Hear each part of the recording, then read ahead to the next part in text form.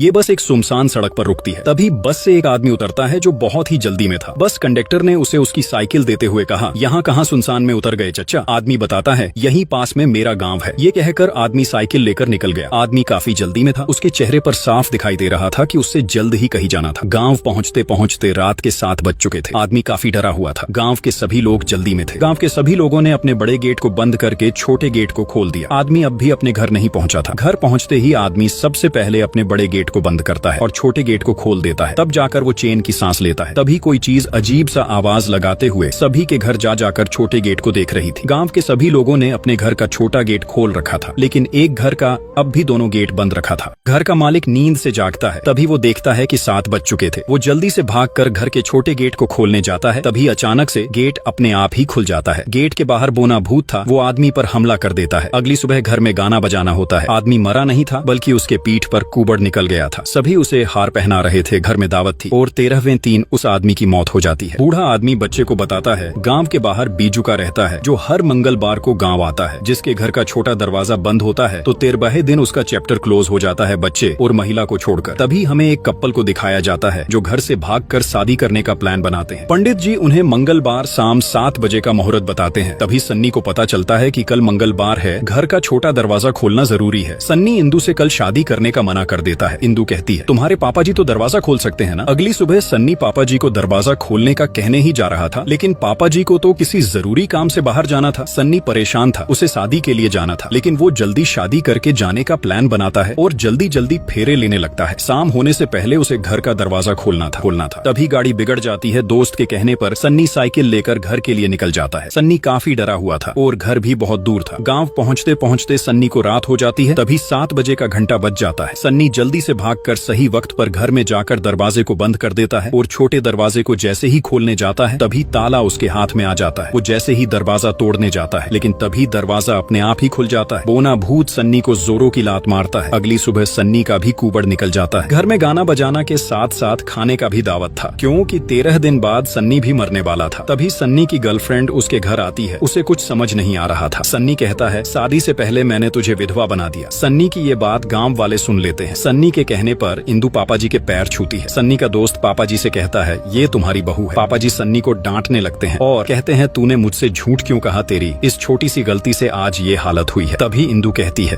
तब फालतू का ड्रामा हो रहा है, ये कोई भूत बुत नहीं है, ये एक बीमारी है। इंदू सभी से कहती है, ये कोई भूत बुत नहीं है, ये एक बीमारी है। कल ही हम इलाज के लिए दिल्ली जा रहे हैं। हॉस्पिटल पहुंचकर डॉक्टर सन्नी का एक्सरे देखने के बाद इंदू से कहता है, ये एक छोटा सा मांस का गट्ठर है जो किसी हड्डी के साथ जुड़ा नहीं है। हम सर्जरी से इसे सही कर सकते हैं। ये सुनकर इंदू खुश हो जाती है। रात के समय इंदू को एक अजीब सा आदमी पानी देकर कहता है, क्या बोल रहे थे? ये एक छोटी सी सर्जरी है, सब ठीक हो जाएगा। ये कहकर वो हंसते हुए गायब हो जाता है। सन्नी का दोस्त इंदू से कहता है, भैया ठीक हो गए। इंदू देखती है कि सन्नी का कुबड़ हट गया था। सन्नी का दोस्त पापा जी से कॉल पर कहता है, भैया ठीक हो गए। सुबह जब इंदू नींद से जागती है तो सन्नी डरा हुआ था, क्योंकि उसका कुबड़ फिर से पहले जैसा हो गया था। लिफ्ट में वही आदमी इंदू को अपना कार्ड देते हुए कहता है, हर जवाब साइंस के पास नहीं होता। इंदू को कुछ समझ नहीं आ रहा था। गांव पहुंचते ही वो देखते हैं पापा जी ने बैंड बाजे बालों को इनके स्वागत के लिए बुलाया था। तभी पापा जी देखते हैं सन्नी का कुबड़ ठीक ना हुआ। वो दुखी हो जाते हैं। तभी हमें उस आदमी को दिखाया जाता है जो भूतों के तकलीफ को दूर किया करता था। इंदू आदमी को कॉल करके गांव बुलाती है।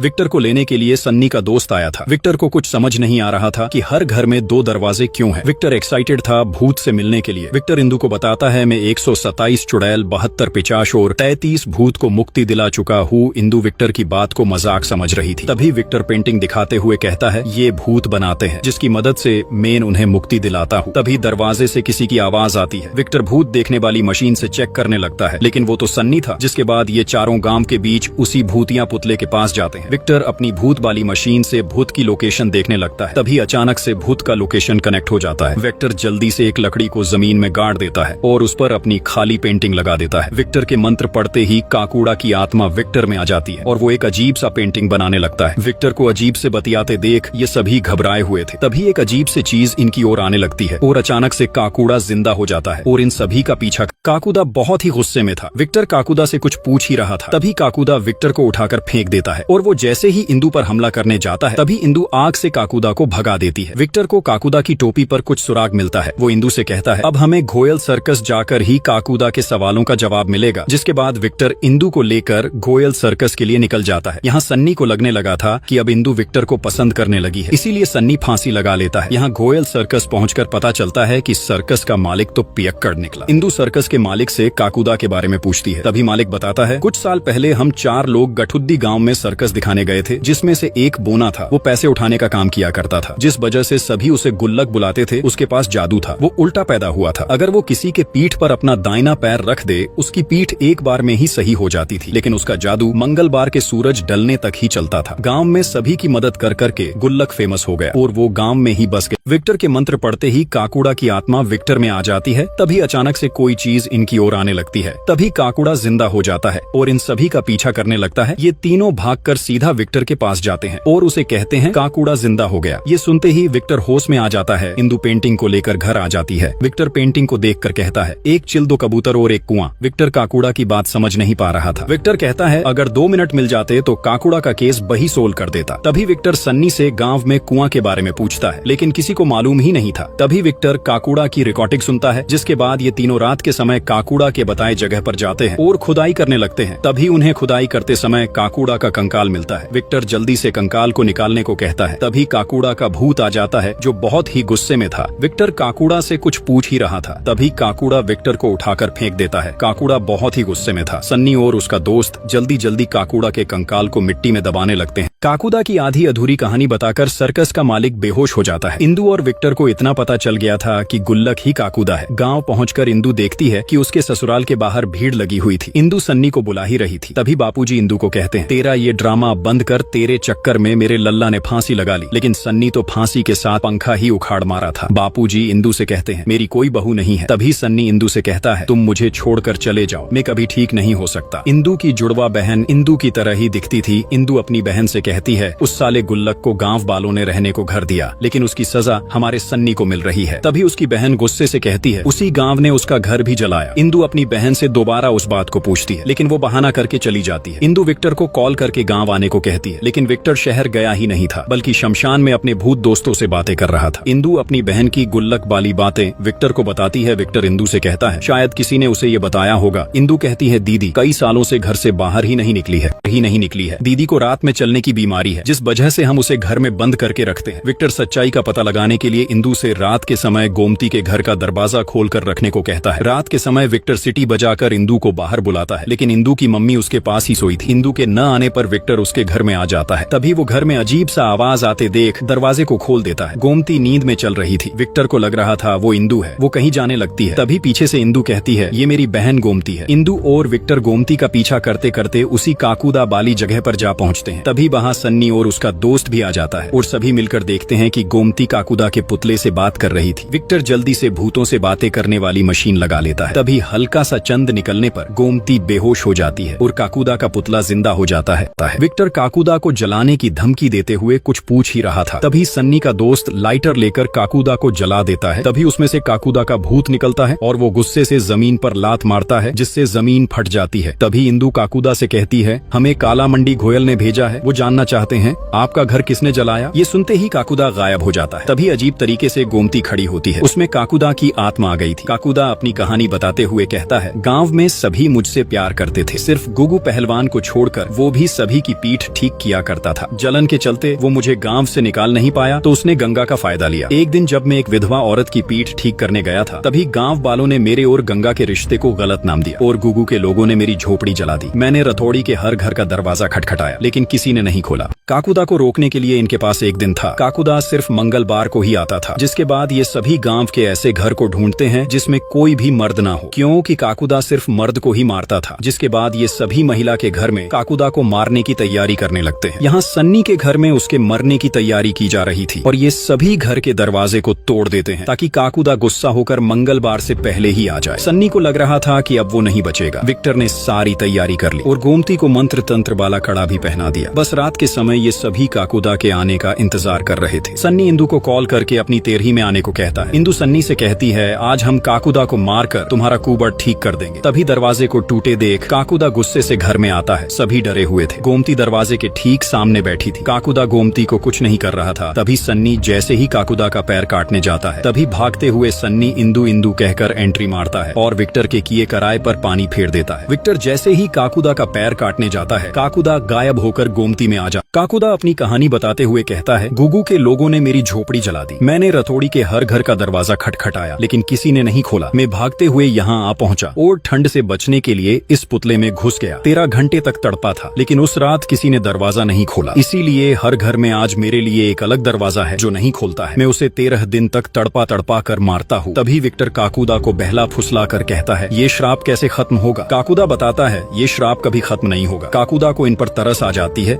इसलिए वो यहाँ से चले जाता है। सभी प्लान करते हैं काकुदा को कैसे रोका जाए। सन्नी सभी से कहता है, कल मेरा आखिरी दिन है, सभी मेरी दावत पर आ जाना। तभी विक्टर सभी से कहता है, जैसे जादूगर की जान तोते में होती है, इसी तरह काकुदा की जान उसके राइट पैर के पंजे में है। अगर हम उसका राइट पंजा काट दे तो काकुदा हमेशा के लिए खत्म हो जाएगा। काकुदा के पंजे को कौन काटेगा, इस बात को लेकर सभी में बहस हो जाती है। तभी सन्नी का दोस्त गोमती को काटने को कहता है। इनके पास काकुदा को रोकने के लिए एक दिन बचा था और काकुदा मंगलवार को ही आता था।